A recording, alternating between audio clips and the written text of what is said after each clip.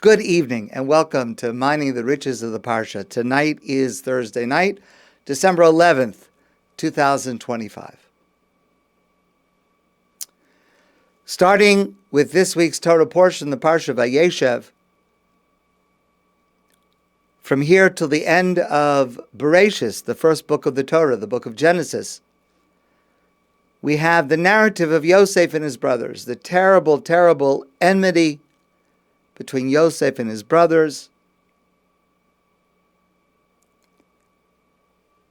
We learn at the beginning of the Torah portion that Yaakov showed favoritism to Yosef. It's hard to understand that he himself suffered by his father showing favoritism to one and his mother showing favoritism to the other. You would think that he would have learned. I'm not able to explain that. He gave Yosef this special coat, ksones pasim, often translated as a coat of many colors. There are other interpretations. But every time he wore this garment, which was a special garment, none of the other brothers had it. It was like a provocation. The other brothers could see visibly with their eyes that their father was showing favoritism to Yosef over all the other brothers. Yosef told his father negative reports about his brothers, our sages tell us. And by the fourth pasuk, very close to the beginning of this Torah portion, the Torah says, "Vayiru echav ki oso ahav avihem mikol echav." And his brothers saw that their father loved him, Yosef, more than any of the other brothers, any of the other of Yaakov's sons. Vayisneu oso, and they hated him. V'lo yachlu dabru l'shalom. V'lo yachlu, they were not able, dabro, to speak, l'shalom. Includes the word shalom, peace. What does that mean? Lo yachlu dabru l'shalom. So, some translations will have it, they could not speak a kind word to him. Right? They couldn't speak a nice, a peaceful word to him. Others translated they could not speak peacefully to him. They couldn't speak calmly and nicely to him.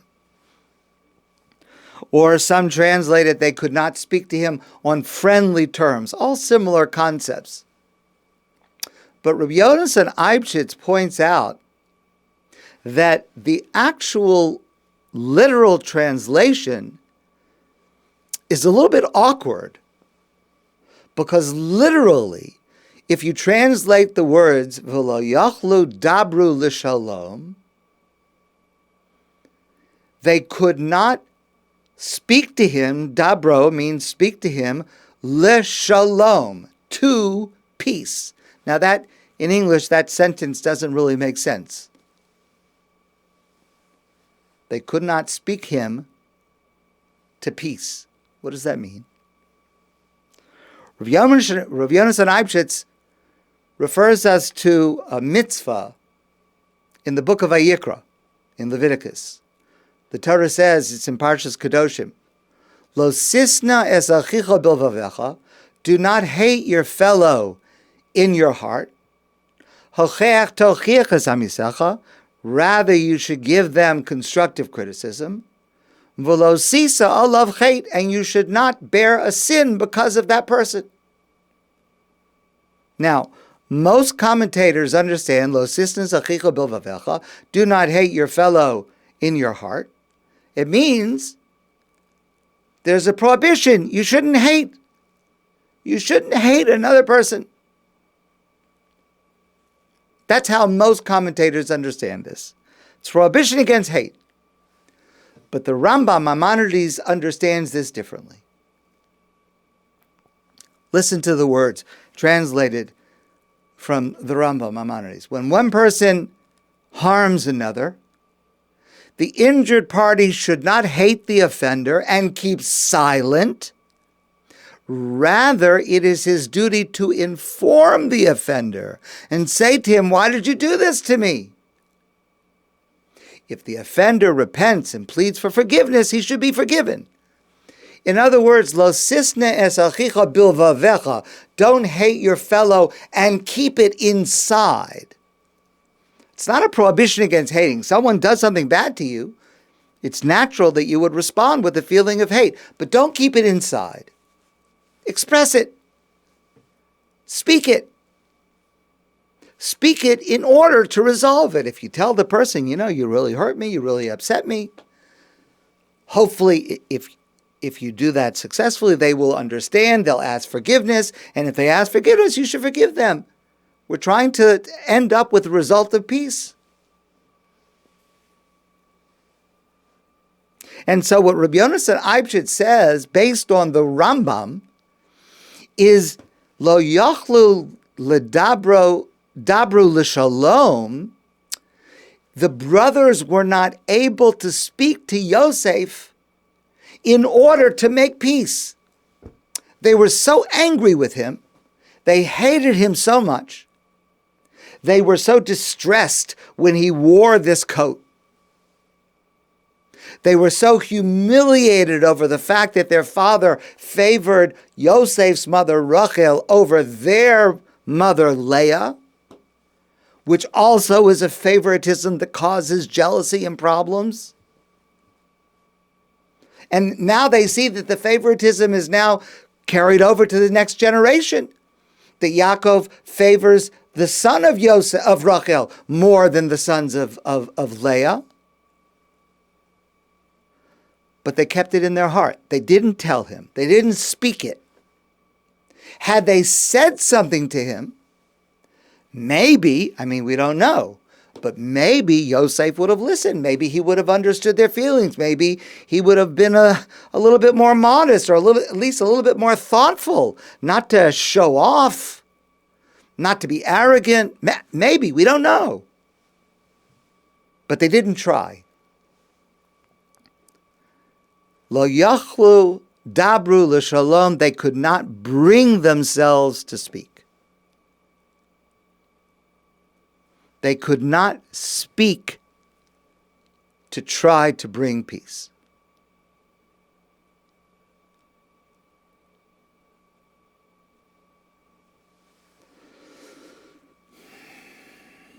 We have here an instance of one of the Torah's great insights, that words, conversation, is a form of conflict resolution. And on the other hand, the breakdown of speech is often a prelude to violent revenge and outbursts. I remember hearing on the radio once, there's a high school in Newton, Massachusetts, that wanted to take this theme for the students to work on, that they should express their feelings in order to try to resolve their differences. And a student at this school said, a young woman said,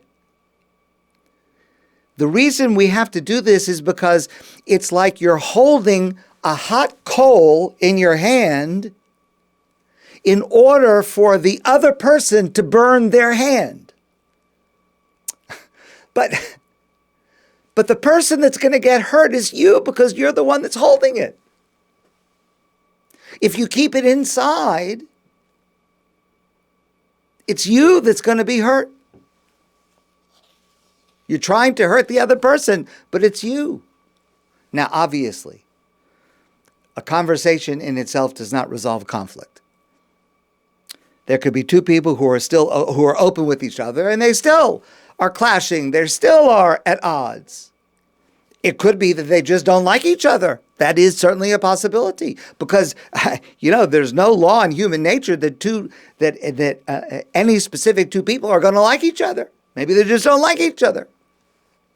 But when we have a conversation with someone, when we exchange words with another person, we recognize, hopefully, if we can speak and listen, hopefully, we recognize that another person has another point of view. Or at the very least, I can see how someone else feels. Maybe I didn't intend it. Maybe I did intend it. But maybe I didn't realize how that person would feel about it. When I hear them express it, I'm seeing it from their point of view. Doesn't mean that there will never be a conflict. But just think of how many conflicts might be transformed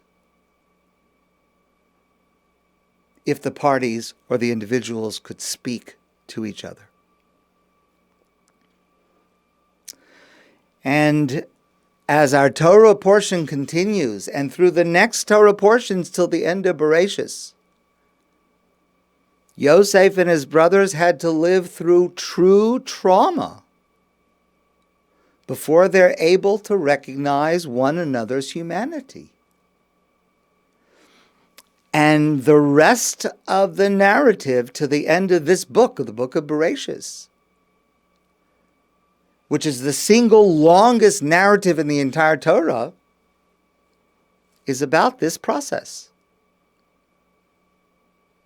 Our sages were very emphatic about the danger of lashon hara, of speaking negatively, speaking bad words, evil speech.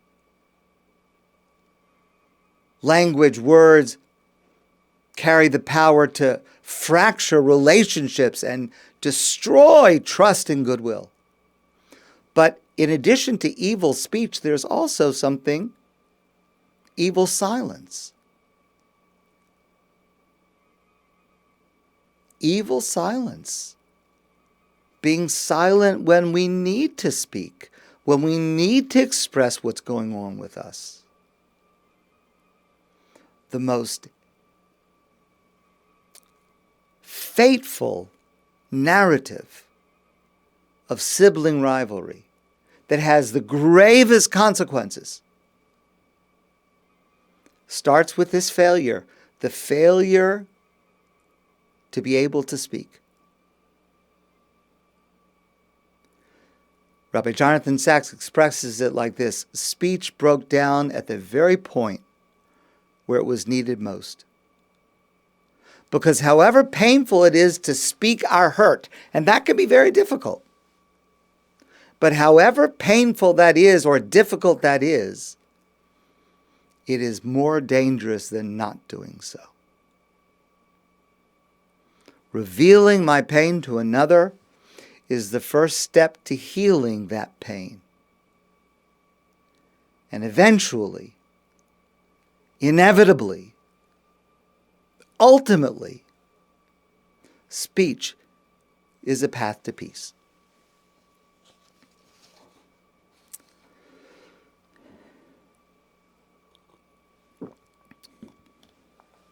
Over the last 2 years, we have spoken about this topic a number of times. At some point, all of us experience loss, trauma. We grieve. Loss takes many forms with common elements. It could be the loss of life, loss of a job, loss of relationship. And there are commonalities between different forms of loss, though each one of us experiences it differently and reacts to it differently. In our Torah portion, Yaakov, our patriarch Jacob, goes through a terrible loss when he is told by his sons that his favorite son Yosef has been killed and he will never see him again. Of course, that's the ruse that the brothers tell their father, the lie that the brothers tell their father when in fact they had sold him as a slave to Egypt. But Yaakov goes through this terrible, terrible loss. And the way this unfolds holds much for us to learn to apply to our lives. So, yes? Yes? Is it a live lecture or? I'm on Zoom. I sent an email to everybody to go onto Zoom. I'm sorry. I saw it's also in person, no? No, because the weather is bad. Because the weather. Okay, we'll go home then. I'm very sorry. No problem. I feel so bad. I thought I'd reached everybody, but obviously I didn't. Okay. Sorry. So the brothers have sold Yosef as a slave. He goes down to Egypt. And then the brothers come back to their father Yaakov, and they bring the ksonis pasim, this coat of many colors, and they had dipped it in the blood of an animal. And they said to him, "Is this the coat of your son Yosef?"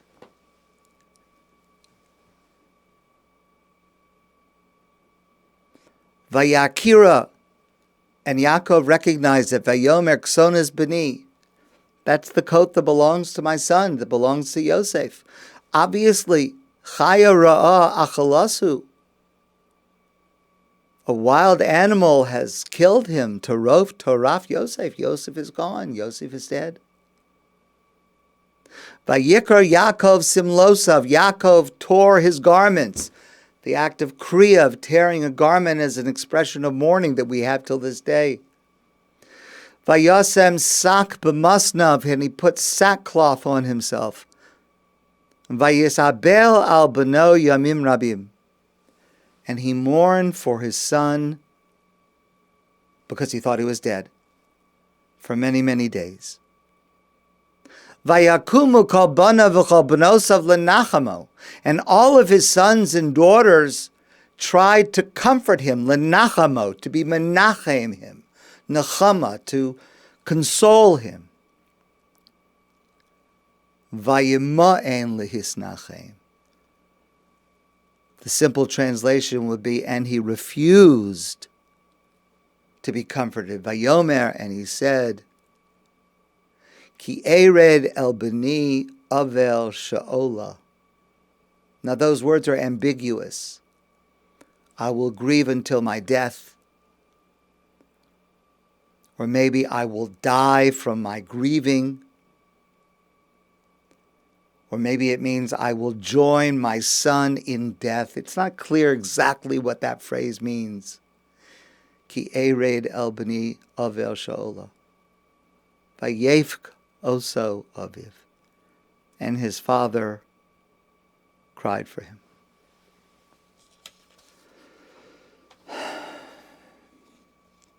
Several years ago,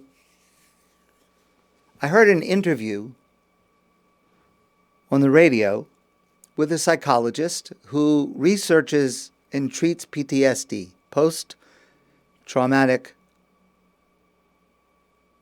stress disorder. Now, I am sorry that I don't remember his name. I didn't write down his name. I was driving, and I was trying to remember this because I wanted to share this with you. And although we have spoken about PTSD, post-trauma, a number of times, sadly, over the last 2 years, and I'm sure we will be speaking about it again. But, of course, I'm not an expert. So what I say now may be inaccurate. I may have understood him incorrectly. But what I understood him to say struck me and connects to what we learn from Yaakov. Here's what he said, to the best of my recollection. Normally, when something happens to us, our brain transfers it to our memory where it stays. But over time, the memory changes. So what we remember years later is different than what we remembered earlier, and different from what actually happened.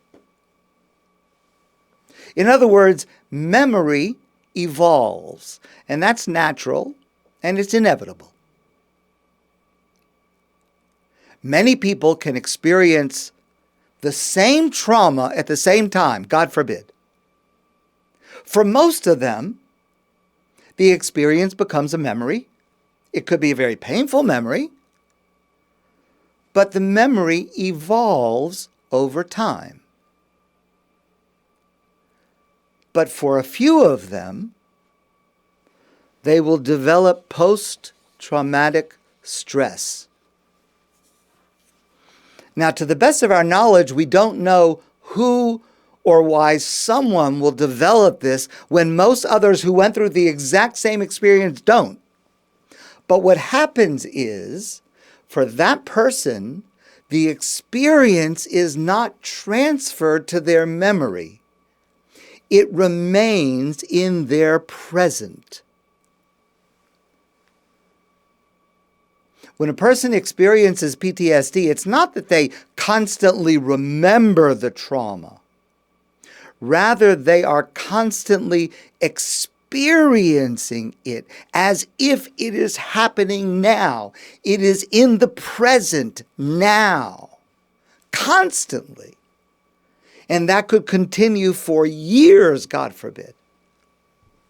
Now, this psychologist demonstrated this in a fascinating way. So, near the end of World War II, there was a group of psychologists that started a long-term psychological study where they interviewed soldiers, U.S. soldiers returning from war, from the World War II. And they were asked to describe their experience during the war and what they felt. And then, 5 years later, they were asked the same questions, and their answers were noted. And again, 5 years after that, and every 5 years until the 1990s. So there is this incredible record of how memory evolves over time. And what they found is that for most of the soldiers, as time passed, their memories became less accurate and generally became more positive. They remembered more about the camaraderie that existed in war, about the heroism, about the triumph, and less about the pain and the fear. Not completely, but the emphasis shifted, the balance shifted. And that was true for most of them. But for a small number of them, over the years and decades, there was no change in their answers. Their answers remained constant because they weren't remembering. They were reliving the trauma. It was happening to them now, 5 years later, 25 years later. They had PTSD. And that's what happened to Yaakov. Now, our sages explain it in spiritual terms, but in psychological terms, Yaakov did not remember what happened to Yosef. He relived it constantly. The normal process of memory did not, or maybe could not, happen for him. His brain did not transfer that experience to memory.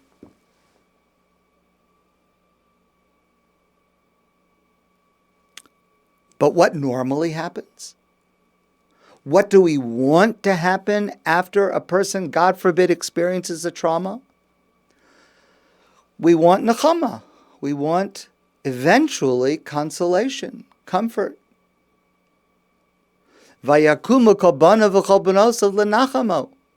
All of his sons and daughters tried to comfort him, to console him.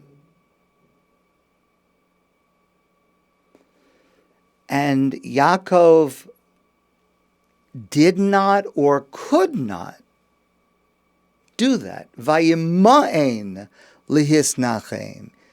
You could translate it, he refused to be comforted, or perhaps he was unable to be comforted because it wasn't in his memory.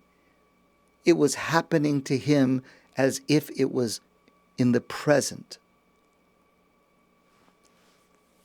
Now, I've shared this in to other groups. The word nechama, we translate it as comfort or consolation, but it has a deeper, more precise meaning.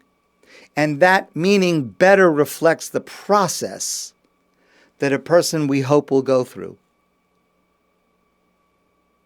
Because we see the word in different forms used very differently in the Torah. For example, the first time in the Torah that a form of this word is used is at the end of the Parsha VaYeishev.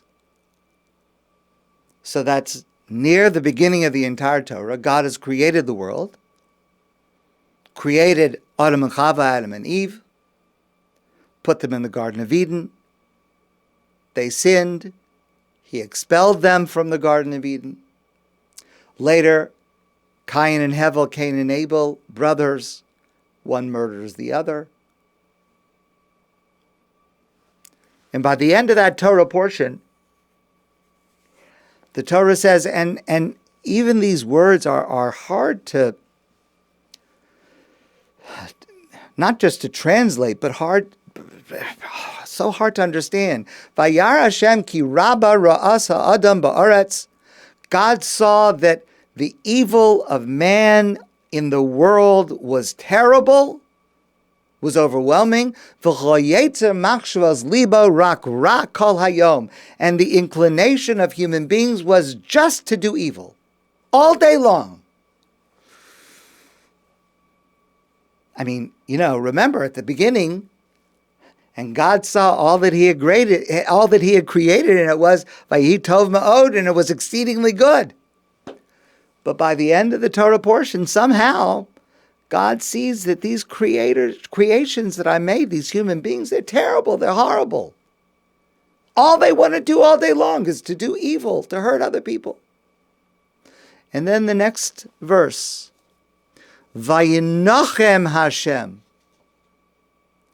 Ki asa es ha'adam ba'aretz.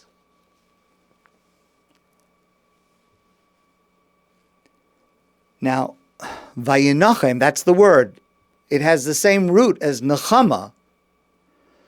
But clearly what it means here is regret. And God regretted that He had created human beings. I mean, again, just to say those words doesn't make any sense. How is it possible for a God that is perfect to do something and then regret it? It's Vayis atsev el libo. Again, words that, and He was sad in His heart. I mean, the words just don't seem to apply to God, but those are the words of the Torah.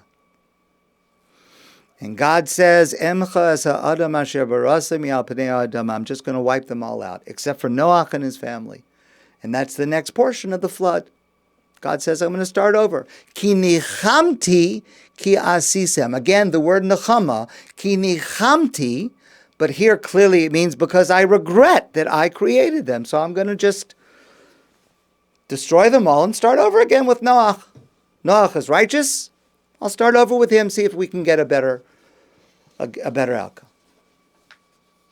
Now, obviously, in the context of the Parsha VaYeishev, the word Vayinachem means to regret. Again, with the impossible question of how can you ascribe the word regret to God? But a better way to explain that word would be to say, to change our perspective.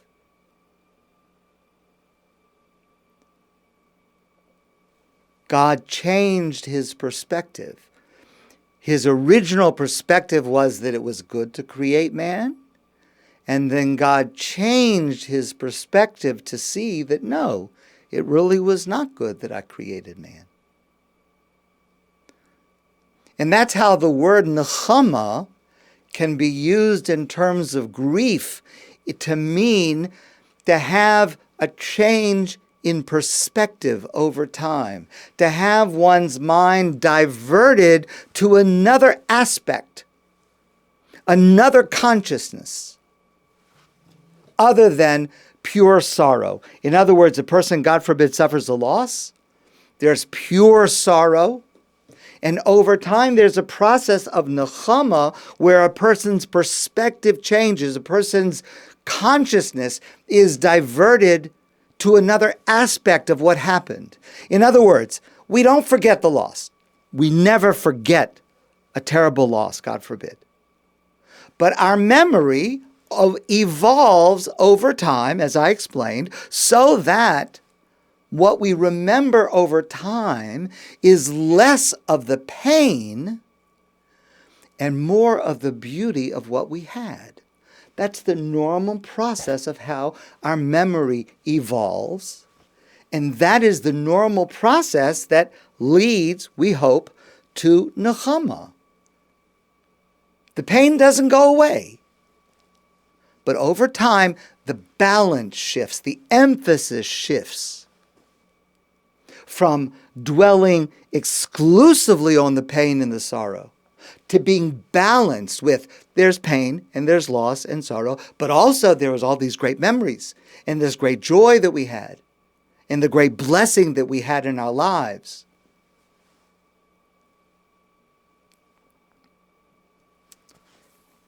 And that all of the traditional laws and customs of mourning are intended to gradually facilitate that shift. That's nechama. That's what we hope and pray for and wish to each other. And that is what usually, gradually happens, each one at their own pace, except for Yaakov. And for others suffering from post-traumatic stress, for whom the process of memory is not happening. And so there is nothing to evolve, but rather a terrifying present remains. Hashem Yishmor, God should protect us from such a thing. Because if we have not experienced it, we can't possibly completely grasp how terrifying, how paralyzing it is.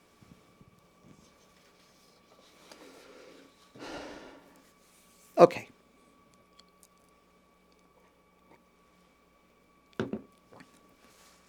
I want to move now to the end of the Torah portion.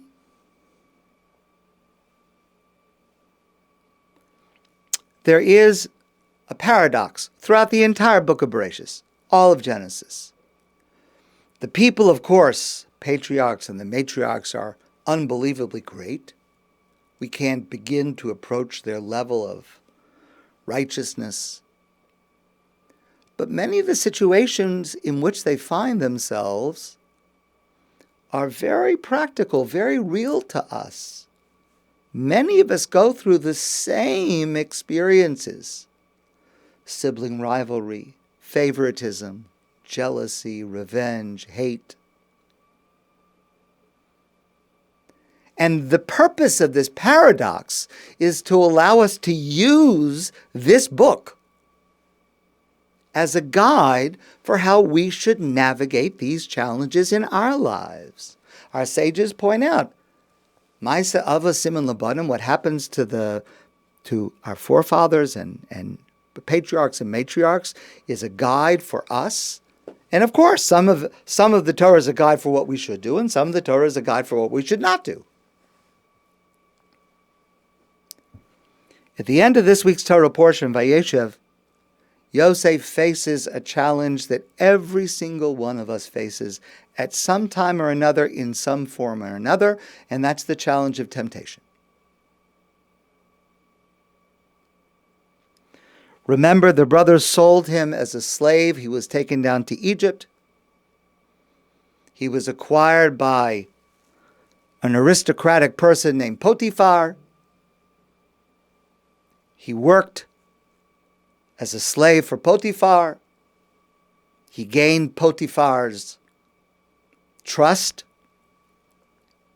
He oversaw Potifar's household. And then he was tempted. He was tempted to do something immoral with Potifar's wife. And the way that Yosef responds to that temptation is our textbook. The narrative gives us the steps to take in our own battles against temptation, of any kind of temptation. So let's look at these verses together, and let's see what this textbook has to teach us. And what I want to share with you now comes from a lecture from Rabbi Meir Gruzman of blessed memory.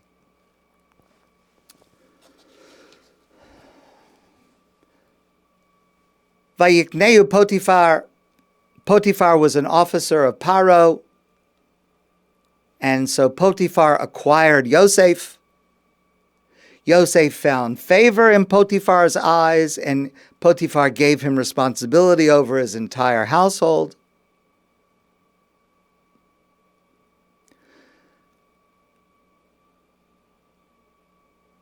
Vayhi achar hadvarim ha'ele, and after some time had passed, Patisa eshes Adonav es eineha el Yosef. The wife of Potifar noticed Yosef. He was a very handsome young man. Vatomer, and she said to him, Shechva imi, lie with me, have relations with me. I want to be intimate with you. So Yosef faces temptation, as we all do. In many different areas of life, each one of us has different temptations.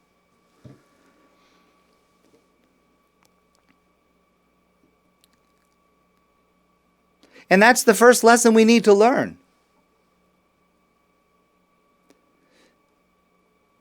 Is that everyone faces temptation. Yosef is an example that is universal. Everyone is tempted to do something that they know is wrong or immoral at some point.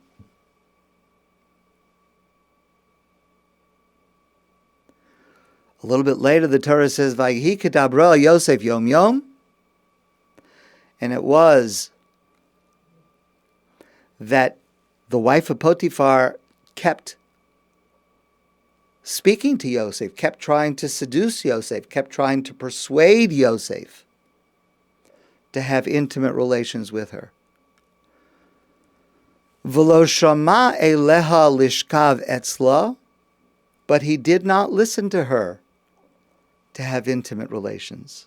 Lios ima, to be together with her. Vayhi kedabra eleh Yosef yom yom. You might think that a great person is a person who's not tempted. A person who's righteous shouldn't be tempted to have relations with someone else, a man to have relations with someone else's wife. God forbid, to even have such a temptation. Who would? And that's wrong. That's wrong. Because the greater the person, the greater the temptations they face. Not the lesser, the greater they face. Famously, Chavetz Chaim, Rabbi Yosef, Rabbi Yisrael Meir Kagan of Radin, who is known for teaching about not speaking evil about others, not speaking Lashon Hara. He once said, people think I teach about Lashon Hara, not to speak evil about others. They think I must be divorced from such a thing. It would never enter my mind to say something like this. People think that I'm just completely absolved of any kind of urge to do this. He said, it's not true.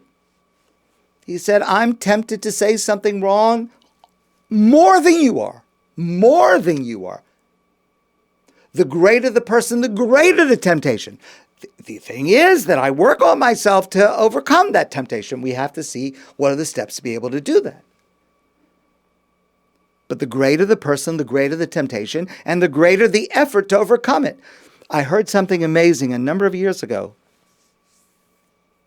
One of the people that I and many others respect, among those I respect most in the world, Rabbi Herschel Schachter, he should live and be well, one of the great teachers of our time. I've told you so many stories about him and quoted him so many times. I was once at a presentation that Rav Herschel Schachter gave. And during whatever the subject was, I don't remember exactly the context, but he said, if I see a woman that I think is attractive, I will look at her. That's normal. You think I'm such a scholarly person, I'm such an expert in every area of Jewish law that I'd never look at a woman? No, it's not true. Of course, I have to work on myself not to act on it, not to be affected by it, obviously, but it's normal for a man who sees a woman who he feels is attractive to look at her. It's normal. The greater the person, the greater the temptation, and the greater the effort to overcome it.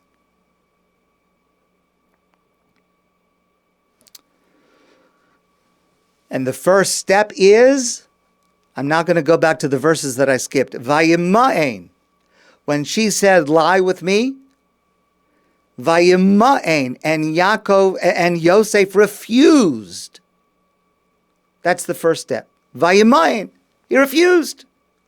In other words, not everything is okay. There's a person, I just don't want to, it's not in the spirit of this evening to quote him by name, but there's a person who acted in a certain way that many people thought was immoral. And he said, the heart wants what the heart wants. No. The heart can want what the heart wants, but we say, okay, but vayimayim, but you have to refuse. Just because your heart wants something, just because you can get away with it, just because maybe nobody will know about it, not everything is okay. Vayimayim. Just because it feels good doesn't mean that it's right and doesn't mean that you should do it. Vayimayim.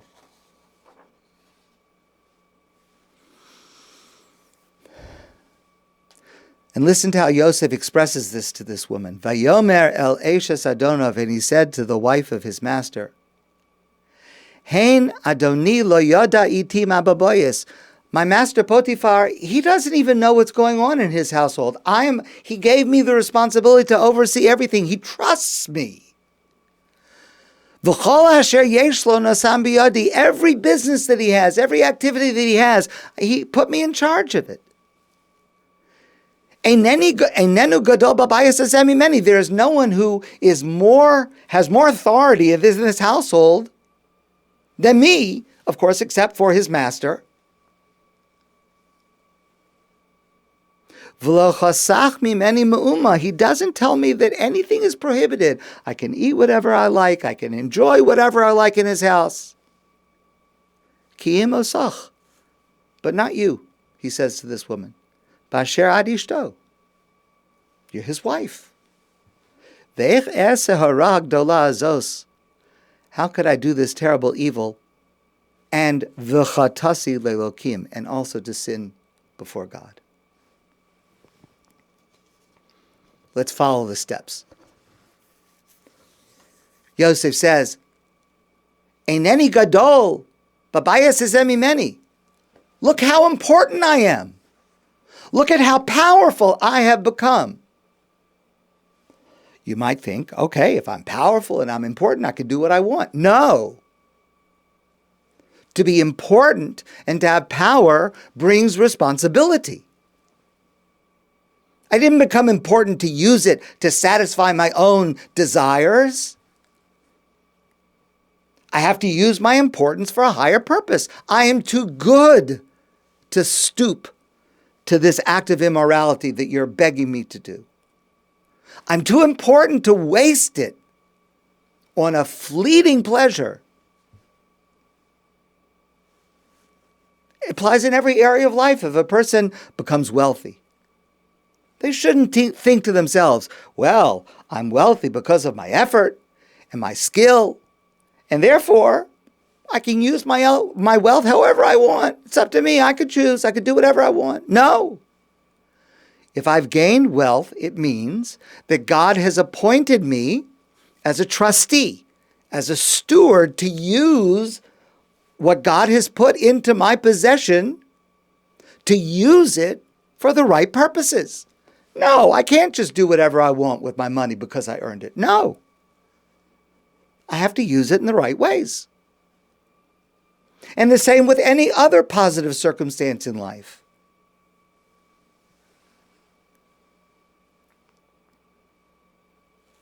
Importance and power bring responsibility, not privilege. That's the first step.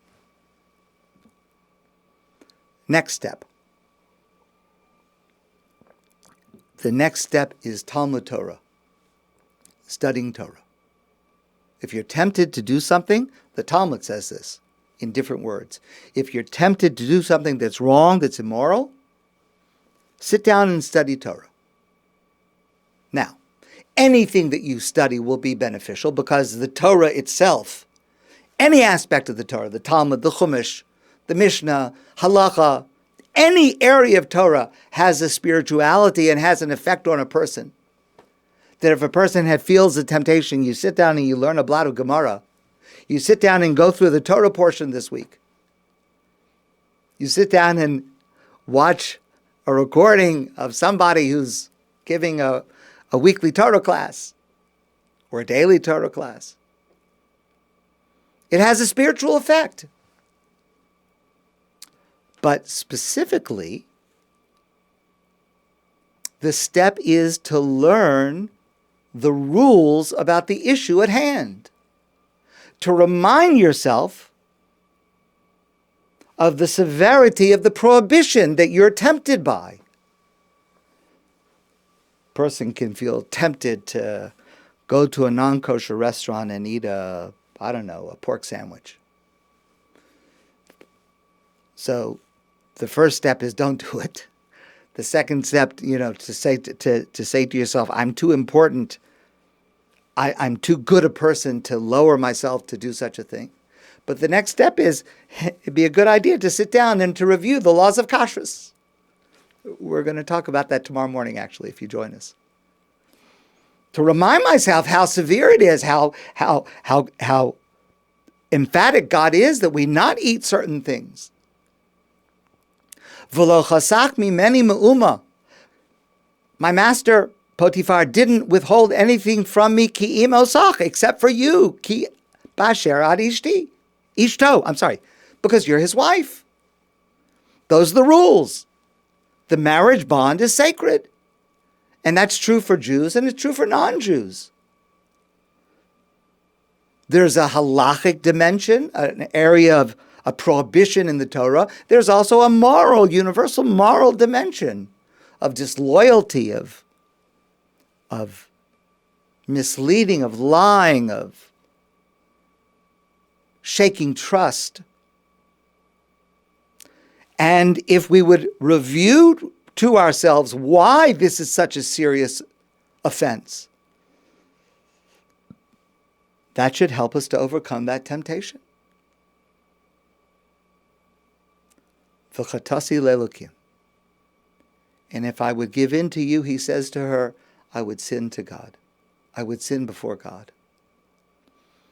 I have a commitment to recognize God's authority. I have a commitment to follow God's commandments. Not just when it's easy. Not just when I agree. Everyone has different temptations. I have no temptation in the world to eat a lobster. If it was a mitzvah, I don't see how I would ever eat a lobster. I understand. Intellectually, I understand. People eat lobsters. They like it. I have no temptation. I have other temptations. I try my best to overcome them, but I have other temptations, not lobster. Lobster, I'm safe. I am safe from lobster. But I have to listen to God, not when I feel that it's easy, but when it's hard. If there's something, I really have a temptation to eat such a thing. I really have a temptation, I have a desire to do such a thing.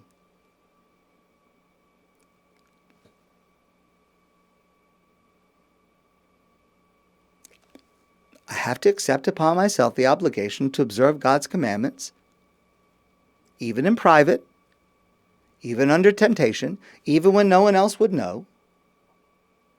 We refer to this as Kabbalas Ol Malchus Shamayim. A person has to accept upon themselves the yoke of the kingdom of heaven. I have to accept upon myself that I have to be in awe of God. And God has commanded me not to do something. I have to take it seriously. And literally the word ol is a yoke. A yoke is a burden, even when it's a burden. When I have a desire to do something and I want to do it, and it's a burden to me, it's a sacrifice to me, not to give in to that temptation, I still have to do it. I still have to be careful. A number of years ago, when the Me Too movement began, there was an article written by Rabbi Daniel Ross Goodman.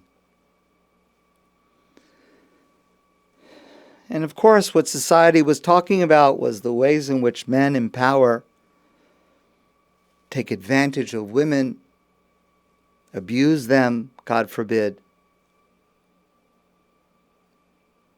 The book of Genesis is the first book of the Bible in order to teach us that if we cannot manage to act with basic decency, for example, if we cannot understand something as basic as not forcing people into sexual activity against their will, then the rest of the Bible and the rest of our endeavors are essentially worthless.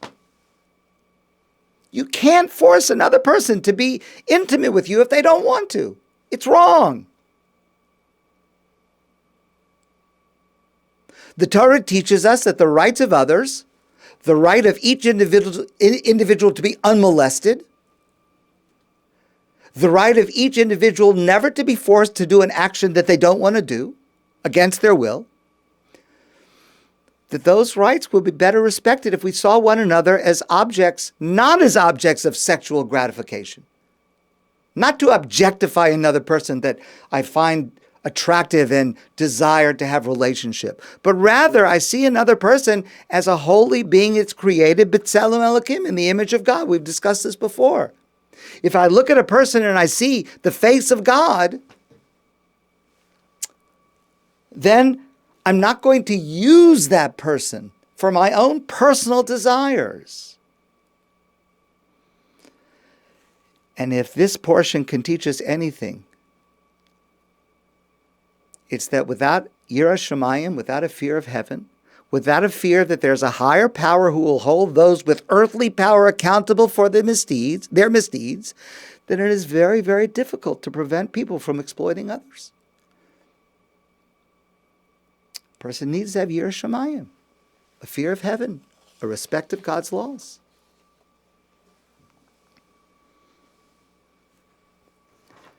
And then the last step. Vayihi kedabra Yosef yom yom, and she kept speaking, trying to seduce Yosef every day. V'lo shamai lel ishkav etzla, he didn't listen to her. Liyos ima, to be with her. What does that mean, to be with her? Rashi says that if he would have sinned, he would have been punished along with her by God, even in Olam Haba, in the world to come, for all eternity. In other words, Yosef says, if I sin, I will harm myself for all eternity. You know, the greatest pleasure in the world, how long does it last? The best meal you ever had in your life, how long does it last? Take whatever experience. You can use your imagination. And if it's something immoral, it could be, the greatest pleasure you ever experienced. How long does it take before you regret it? How long before you're ashamed of it? Or how long before you forget it?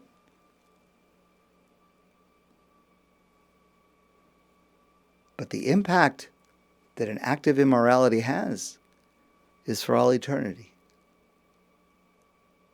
Only a fool would sacrifice an eternity for a moment of pleasure. So these are the steps. Vayima'en, we have to refuse. Talmud Torah, let's review the laws of the Torah that prohibit this. Kabbalas ol malchus shamayim, accept upon ourselves a reverence for God's commands. And Yom HaMisa, to remember that our lives here in this world are finite and that our misdeeds will exist and affect us for all eternity. And at that point, Yosef is called by our tradition Yosef HaTzadik, Yosef the righteous. You know, it's very interesting. There are a few people that it's not written anywhere. It's never written anywhere in the Torah, Moshe Rabbeinu, Moshe our teacher. Nowhere in the Torah does it say that. Somehow the Jewish people has come to refer to Moshe as Moshe Rabbeinu, Moshe our teacher. Rachel Imenu, Rachel, Rachel, our mother. I mean, we have 4 matriarchs, but Rachel somehow, for some reason, the Jewish people has adopted over time this practice. We refer to Rachel Imenu. Rachel is our mommy. Rachel is our ima. Rachel Imenu. Yosef HaTzadik, Yosef the righteous. You look at Yosef's life as described in these Torah portions. Do you really see such a righteous person? Was he so pure and so righteous and so...